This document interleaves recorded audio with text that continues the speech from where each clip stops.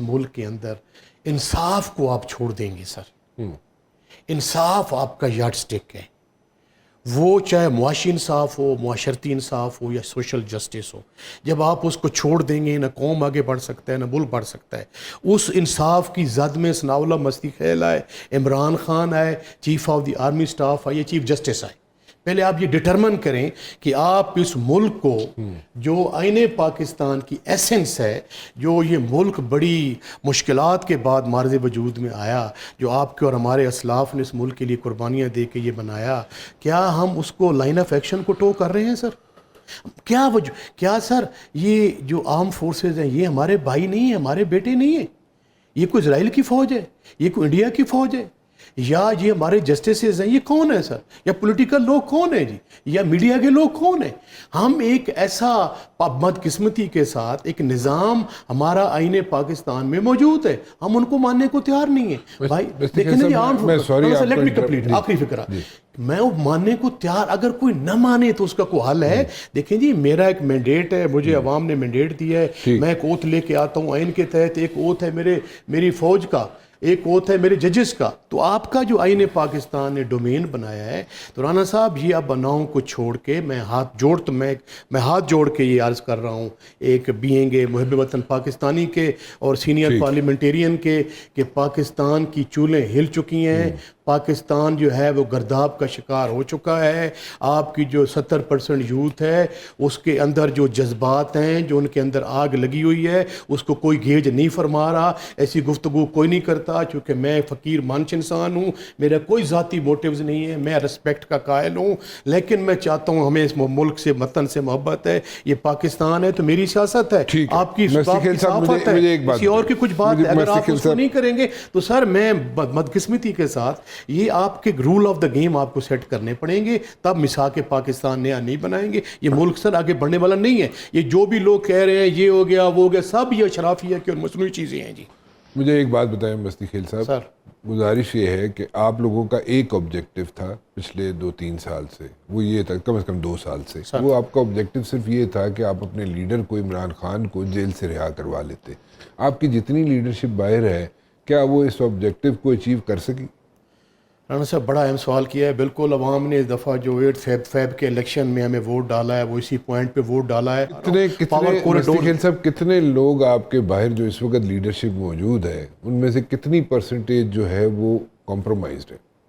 نہیں کمپرومائز رانا صاحب عرض ہے کہ نہیں، پھر جڑا سوال ہوتا ہے کہ جناب کمپرومائز ہے تاڑی رانا صاحب وہ وجہ کہ میں نے پہلے شروع کہا کہ ساری جڑی عوام ہے نا، 70% یوتھ ہے نا سر، بچے ہیں نا سر. میں اب آپ کے میں نے ایک شو میں کہا ہے جی کہ میں بکھر سے عوامی نمائندہ ہوں. مجھے یہ الاؤ کر دیں کہ جو مجھے آئین پاکستان کے تحت میں یہاں احتجاج جلوس کر سکتا ہوں. رانا صاحب ہم نے کبھی کسی دکاندار نے ہمارے خلاف FIR درج کروائی ہے؟ کسی چھابڑی فروش نے کروائی ہے؟ کسی ٹرانسپورٹر نے کروائی ہے کہ PTI کا ورکر ہے اس نے ہمارا کوئی نقصان کیا ہے؟ کون ہمارے خلاف FIR دے رہا ہے؟ ہم رانا صاحب نہ بچے ہیں نہ کاکے ہیں. یو مین ٹو سے کہ جو باہر ہمارا جو آئینی لیڈرشپ ہے وہ کمپرومائز نہیں ہے؟ آپ کے فسادت سے کہہ رہا ہوں رانا صاحب، یہ مجھے الاؤ کر دیں، میں 10 منٹ میں اناؤنس کرتا ہوں کہ میں ابھی آ رہا ہوں سپر جناب میں. اگر میں 10,000 بندہ کھڑا نہ کر سکا تو میں اپنی اسمبلی کی سیٹ چھوڑ دوں گا. تو ڈونٹ یو تھنک کہ at the very first place جب حکومت گری تھی، جو نو کانفیڈنس آئی تھی، اس کے بعد جو ہے اگر یہ لوگ اسمبلیوں کے اندر رہتے PTI والے تو وہ ایک اچھا فیصلہ ہوتا؟ اور کیونکہ اگر اس کا اگزامپل میں تھوڑا سا سپورٹنگ اگزامپل یہ دے دیتا ہوں کہ آپ کو بھی معلوم ہے زبیر صاحب، یور اچھا ریسرچ آپ کی بہت اچھی ہے، and you have been a journalist, اور آپ کو بھی پتہ ہے کہ 17 سیٹوں کے ساتھ بے نظیر بھٹو اگر بیٹھ سکتی ہے اسمبلی میں، تو PTI والوں کے پاس تو اس وقت تو 100-125 سے زیادہ سیٹیں تھیں. تو ڈونٹ یو تھنک کہ اس وقت یہ بیٹھ جاتے تو آج situation would have been different? جی میں بالکل آپ کی بات سے ایگری کرتا ہوں کہ وہ جو فیصلہ تھا بائیکاٹ کرنے کا اور ریزائن کرنے کا، وہ کس سوچ کی اور کس ڈیسیجن میکنگ کی بنیاد پر کیا گیا تھا، بٹ وہ بالکل بیک فائر کیا اور اس سے PTI کو نقصان ہی ہوا، فائدہ کوئی بھی نہیں ہوا. ہاں وہ ایک عمران خان کی سوچ ہو سکتی ہے اس وقت، بیکاز ہم ہائنڈ سائٹ میں بات کر رہے ہیں 3 سال کے بعد. اس وقت کیا سوچ تھی مجھے انٹرنلی نہیں پتا، لیکن میرا خیال ہے ان کی یہ سوچ تھی جو کہ PDM جب موومنٹ چل رہی تھی تو اس وقت یہ سوچ تھی کہ اگر ریزائن کیے جائیں گے اسمبلی سے تو یہ اتنے بائی الیکشنز نہیں کروائیں گے and they will be force to dissolve the assembly اور اس کی وجہ سے جو ہے پھر ہم الیکشنز میں جا سکیں گے. لیکن جو پی ڈی ایم کی حکومت تھی انہوں نے ایک نیا سرپرائز کیا. انہوں نے 125 یا 130 جو ریزگنیشنز آئے تھے انہوں نے پہلا ٹیسٹ کیا اکتوبر میں 6 مہینے کے بعد اس کے 2022 میں 10 سیٹوں پر بائی الیکشنز کروایا پورے پاکستان میں, جس میں سے صرف ایک سیٹ جو تھی وہ ملتان میں پی ایم ایل این پیپلز پارٹی جیتی تھی. باقی پی ایم ایل این 100% سیٹیں ہار گئی تھی بیکاز عمران خان ساری سیٹوں, تو انہوں نے اس کے بعد 115 سیٹوں پر الیکشن ہی نہیں کروایا. اینڈ بائی دا وے وہ جو 10 سیٹوں پر الیکشن کروایا تھا بائی الیکشن, سو یہ اب عمران خان تو یہ مڑ کے کہہ سکتا ہے میں نے یہ تو نہیں کہا سوچا تھا کہ جی یہ سارے انلیگل کام کریں گے اور انکانسٹیٹیوشنل کام کریں گے.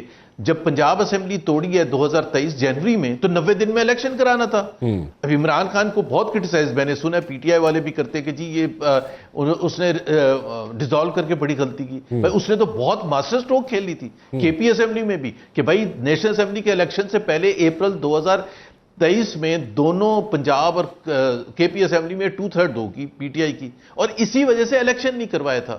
سو بہت سے ایسے سٹیپس ہیں جو میں بالکل ایگری کرتا ہوں کہ I think now going back lot of people realise کہ اگر پی ٹی آئی تھوڑا سا سنبھل کے کھیلتی, اور آپ نے کہا نا کمپرومائز, میں بہت پی ٹی آئی کے لیڈرز کو جانتا ہوں, میرا نہیں خیال ہے ایک بھی کمپرومائز ہے. کمپرومائز کا مطلب کیا کہ اگر کسی کے فون وہ اٹھاتا ہے تو آپ نے اس کو کمپرومائز لوگ کہہ دیتے ہیں.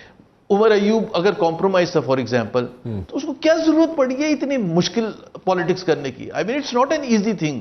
مستی خیل صاحب جو ابھی بائی الیکشنز ہیں اس کے اندر پی ٹی آئی کا جو فیصلہ ہے کہ اس میں شامل نہیں ہونا, نہیں, اس میں رات کو سر ہماری 2 دن پہلے بھی پولیٹیکل کمیٹی کی میٹنگ ہوئی تھی اور 4-5 گھنٹے اس پہ ڈیلیبریشن ہوئی. رات کو بھی ہماری میٹنگ ہوئی ہے, اس پہ 4-5 گھنٹے ڈیلیبریشن ہوئی. میں بھی اس کا ممبر ہوں پولیٹیکل کمیٹی کا سر. تو اس میں ہم نے کنسنسس کے ساتھ جو ہے یہ الاؤ کر دیا ہے کہ ہم انشاءاللہ بائی الیکشن کنٹیسٹ کریں گے. جی تو وہ ڈیسیجن جو پہلے لیا گیا وہ تھا کہ نہیں ڈیسیجن ہونا, یہ تھا کہ خان صاحب نے یہ کہا تھا جی کہ علی بخاری صاحب کی پریس کانفرنس آپ کے سامنے ہے کہ خان صاحب نے کہا تھا جی کہ ہماری جو انہوں نے ہماری جو اسپیشل سیٹیں چھین لی ہیں جی اس کو اگر ان کو دے دیں خیبر پختونخوا میں تو ہمارے کو 36 یا 38 جو ہیں وہ ممبر زیادہ ہیں. تو اگر ہم وہاں پہ بھی ہم جو سیریز آ رہی ہے جی 26 نومبر کے بھی ڈیسیجنز آنے ہیں اور ہم پریمپٹ کر رہے ہیں جی بطور پولیٹیکل ورکر کہ وہاں سے بھی اگر ڈسکوالیفیکیشنز آتی ہیں تو اگر ہم وہاں کنٹیسٹ نہیں کریں گے تو وہ پھر ہماری حکومت وہاں پہ چلی جائے گی. سیکنڈلی کہاں پہ چلی جائے گی, سوری خیبر پختونخوا جی. تو خان صاحب نے کہا کہ آپ خیبر پختونخوا میں ہم الیکشن کنٹیسٹ کریں گے جی, اور جو سیکنڈلی پنجاب میں لڑنا ہے وہ پولیٹیکل کمیٹی جو ہے وہ ڈیلیبریشنز کے بعد فیصلہ کرے. تو وہ رات کو ہماری ڈیلیبریشن جو ہے وہ کمپلیٹ ہو گئی ہے اور انشاءاللہ تعالیٰ کنسنسس کے ساتھ متفقہ طور پہ کہ ہم پولیٹیکل فورس ہیں, ہم راستہ نہیں چھوڑیں گے. اگر کسی کے ذہن میں یہ بات ہے کہ تو آپ بائی الیکشن لڑیں گے, ہمارا جی بائی الیکشن لڑیں گے, مینڈیٹ